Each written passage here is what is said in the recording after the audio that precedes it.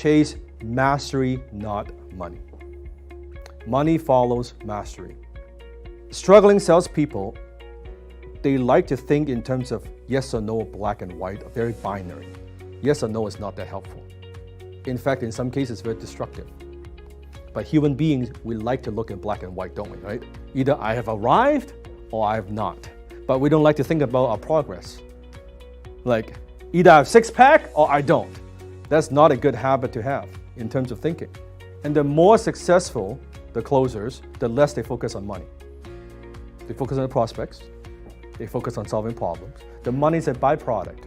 The ones who are hungry, who are chasing money, they never realize their full potential. And they never hit that top income level. Because it's, I make money, I didn't make money. Or I make this much money, or I didn't make this much money. Versus the mastery. So first you learn something, I'm not getting it, Sifu, then I'm getting it, then now I got it. But it always goes back to not getting it again. Because the minute you stay at got it, what happens? You stop learning, you stop chasing mastery. Beginner's mind, not getting again, getting it and got it. So it's this cycle, again and again and again. And that's how chasing mastery works. So you never want to stay in, oh, I got it. I know that. I've seen that. I did that. The minute you think that, you're not playing the game of mastery anymore. Struggling salespeople, they have the shiny ball syndrome because they believe they have seen something, they've listened to something, they've learned something, I've watched a video, I'm done, let me jump to the next thing. They never get good at anything. That shiny ball syndrome as a habit, it's very destructive. So when things get hard, like just a little bit more difficult, right? They don't want to look within themselves. Oh, I need to work on me. No, this is too hard. Let me go to the next thing that's easier. Because they didn't believe that they could get to any level of mastery or proficiency or accomplishment anyway. It's like, let me try something new. Oh, it gets hard. So before I fail miserably, knowing that I will, let me quit and jump to the next thing. And they do the next thing. Oh, it gets hard. Let me make sure I don't fail miserably for this one. Let me quit because I didn't fail, I quit. It's an illusion they created in their own minds. And okay, then I quit, I didn't fail. No, you did. You failed miserably. You failed by not playing the game. This is not just sales, this is life skill. Because it doesn't matter what you do. I don't care what you do. What business you're in, what you sell, however you sell it, you need to deal with people. And if you're not good with dealing with people, with your communication, with your closing skill, you're not going to succeed at anything, period. So what skill is more important than this? None. And if you don't master this, what other skills matter? None. Doesn't matter what it is. Anything else is an add-on to this.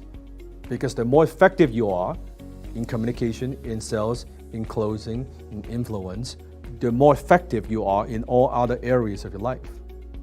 It makes everything else easier. I want to be a copywriter. Do you need to talk to clients? Do you want to charge more money? You need to learn how to close. I want to build a company. Okay, do you need to talk to vendors? Do you need to talk to customers? Do you need to talk to employees? You need to learn how to close. Do you need to lead a team? You need to learn how to close. I want to do tech. Good. Do you need to talk to investors? Do you need to raise money? Do you need to talk to your team? You need to learn how to close. I want to have a relationship. Yeah, you're single. Do you need to know how to talk? Do you know how to listen? Do you know how to communicate? Yeah, you need to learn how to close. I don't care what it is that you do. You have your kids, you want them to grow up to be good citizens, to be successful. You need to learn how to close so you can be good parents. Like, it doesn't matter what you do. No matter what you do. You cannot get away from this because it's about human interactions. So that skill, you have to get very, very, very, very, very, very good. And that is a skill that's going to pay you dividends for the rest of your life. If your core closing skill is a 5, all these skills cannot pass 5. It sets the standard and the height for everything else you do. Period. But when you got this skill down, now this skill amplifies everything else. It's like an amplifier. I could have a skill here that's maybe a 5, but I've got a 10 in closing. Man, it amplifies this. It amplifies this. It amplifies this. Right? It's like a core. Like it amplifies all of them. All of them. So because I know how to close, it makes me a better speaker. Because I know how to close, it makes me a better mentor. Because I know how to close, it makes me a better investor. Advanced people are advanced because they never not do the basics. And chances are, whenever you're stuck, that's the answer. You feel like, oh, I'm pretty good, I'm stuck, go back to basics. Because it's something that you do, something you're not doing, something within your toolbox. Certain areas you're weak because maybe you didn't have a strong enough fundamental in that. And that's the bottleneck, that's the constraint that's stopping you from performing at a high level. And why I always teach you using martial art metaphor, the master is the one that does the same move, right? Tens of thousands of times. Not new move, not 20 ways to kick somebody. It's one kick 10,000 times. And that kick is unstoppable. And they just do the same thing again and again. So imagine this, you versus other people.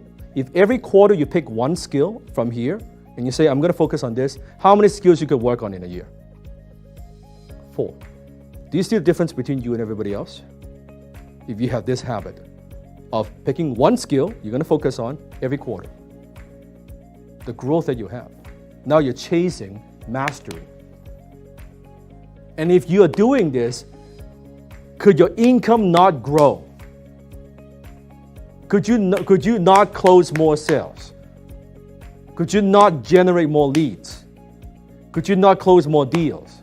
Impossible. It's impossible. There's just no way. Because cause and effect. Like you cannot work on your skills and not see an improvement in your income. And if you're consistent enough, no shiny object syndrome, you do that year in and year out, and year in and year out, just like the karate master, right? You're just hitting that again and again and again and again. It becomes a habit. Don't focus on, how come I can't kill someone with a punch? That's binary. Focus on, let me do my 500 punches a day. That's all I need. I do that day in and day out and day in and day out. Then when you touch somebody, game over. Don't focus on the money, focus on the mastery. Your weakest important skill sets the height at which you can use all your other skills and determines your income.